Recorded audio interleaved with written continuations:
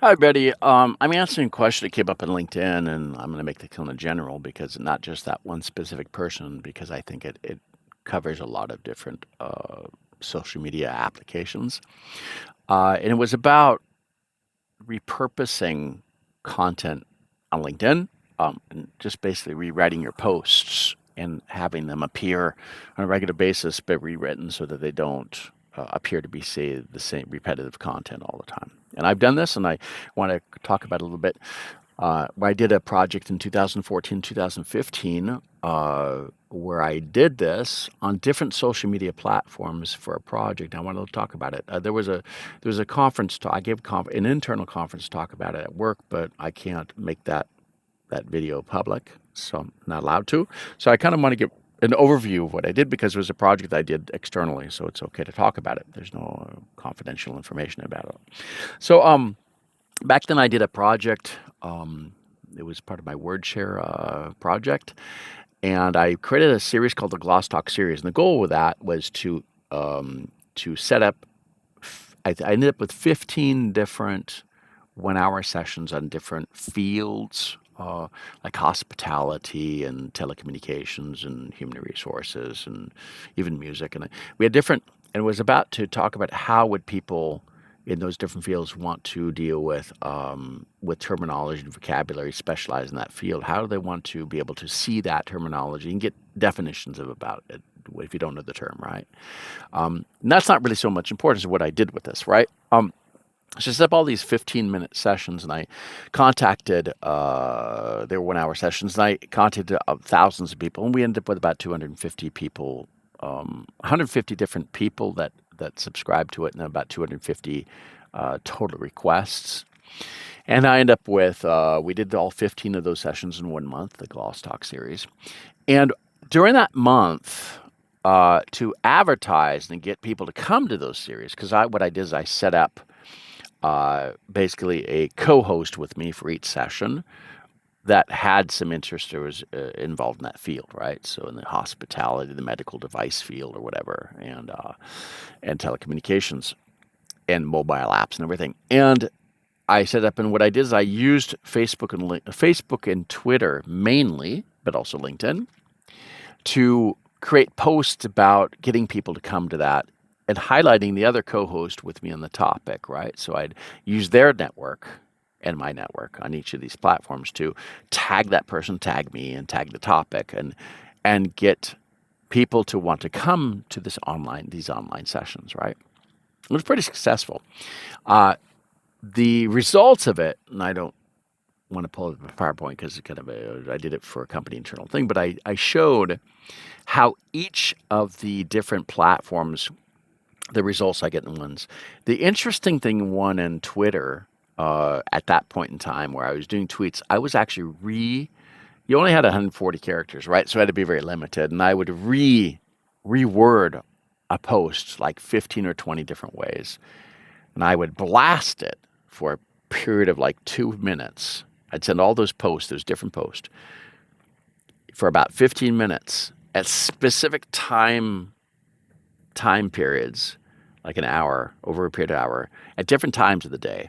So we'd hit different time zones, like different continents, to get people interested in the topic and come on and subscribe and come on and join these sessions. So each session had a different setting reworded posts. And that was just Twitter, right? That I found out that bombarding and flooding it for 10, 15 minutes, one post for every, and just they're the same post rewritten, right? It was written different ways because Twitter recognizes if you do the same post and won't let you do it, right? So you had to rewrite it. 160 characters maximum, with tagging and everything, hashtags and everything. The result of that was, off the top of my head, there were like 37,000 impressions in a period of 1 month, and we ended up with having people, quite a large set of people. We had 100. We'd have, I think, 30 total people. But these are people that are busy, right? And they get they're in certain fields and stuff. So they get important roles and stuff. So getting them to come to one session is a lot, right? So that's I knew that. But at least one person when attending, having 10 people attend a session about the specific topic gave me the input I needed for ideas. There was a number of ideas that we created out of this. And so that was Twitter. I found that doing that in that way actually worked pretty well. And I would tag videos too. So sometimes I was doing some video tagging as well, including tagging the people. Facebook was different because it was long enough that I could create a Facebook page on the topic called Gloss Talks. I could make posts that gave more information about how to go ahead and the way to attend a certain online app. I think we're using Adobe Connect, but let's say it's Zoom or Microsoft Teams. It would be the same thing away, and I give login information on how to come to it and attend it for each talk with tagging the people on the topic and getting basically I'm using the networks. Their networks. It's everyone in the network can see that they're talking at something, right? So they're going to have them come to it. So that's allowing to maximize both their network and my network, right? Of people. And I had a pretty large on Twitter, Facebook. I have 2,000 people on Facebook, and then Twitter. I think like 3 accounts with 2,000 people each. So that kind of gives an idea of how many people could theoretically see the views, right, in the flood, in the feed, what do you call it? So that was Facebook because you have more. You can do it, and I kept everything in one page and separate post in one page, and that Gloss Talk topic page, right? LinkedIn was different. And the LinkedIn one was the interesting thing back then. That was in 2015 when I did this.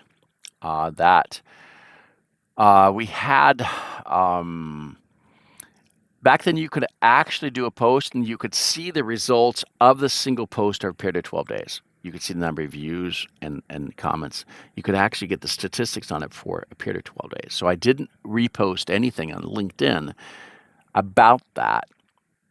And I did it for different topics, right? So I was focusing, but within 12 days, I was topping another topic. So I wasn't repurposing those ones as much because I was trying to hit the next topic with that short period of time, right? So I wasn't using so much on LinkedIn as I was using for the, especially on Twitter, because I could just be flooding the thing with a different post, reworded post. And then I did another project in between 2012 and 2014 on highlighting a certain number of applications that we were working at work, and I would do tweets on the 3 different platforms, or tweets I would do posts on the different platforms. Same kind of thing, but they were the project had already been done, the videos had already been done. There were videos I did in our apps or colleagues and I had done, and just getting people to come and I'd point to the videos that we're doing that were up on YouTube. So that we could see the results by the YouTube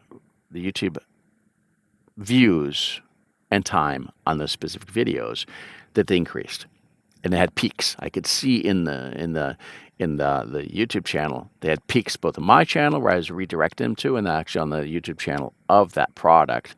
We could see the peaks in that, right? So we could see that there was growing. And that was thanks to the stuff going out in social media on these different platforms, including the rewording and the repurposing of certain posts. Those are 2 examples. And I think a third one that I've done is the concept of authoring memories is something I invented in 1999. I think I'm the first one to have invented this. At least the term authoring memory. The concept's been around for a while, but how it's applied and everything. And that comes from translation memory. It's basically rewording and doing things in authoring memory is being able to rethink, repurpose content in different ways, in different channels and different places to be able to have a single source that you can redirect to come back to and point to. But the whole thing is allowing yourself to have that freedom to reword and still get the topic out, get it publicized and advertised, or what do you want to call this, and distributed and diffused. That is a constant thing I've been doing because sometimes a lot of my articles, I've written articles, I've republished. I've repurposed the content of certain articles to be able to publish in a different place. There's usually about 20, 30% of the content is different because I need to focus on that different audience. But I've got a number of my articles that have been done in the past that on specific topics like Haitian Creole where we wanted to publish in different places because it was for the especially with my colleague Marilyn Mason, we were getting her to be talking at conferences and stuff. So we're trying to get her opportunities, and we would have the same same diagrams, but different, sometimes customized differently, and to be able to just recirculate but give different customized paragraphs sometimes on certain parts of that to a different audience that could be coming to the different conferences. They'd be different conferences. So that's repurposing in a lot of different ways. And now even going into all kinds of topics with, automatic translation. We've gone from rule-based stuff to example-based stuff to statistic-based to neural-based. Now we got large language models, and we call AI. We're able to, repurpose. You're able to get the machine now to repurpose it for you, right? Certain scripts and things. So this has come out a lot of in video scripts, making up video scripts for product videos and all that. It's getting it to be said in a different way and to fine-tune that to a certain audience. So those are just a few examples of how I've used repurposing.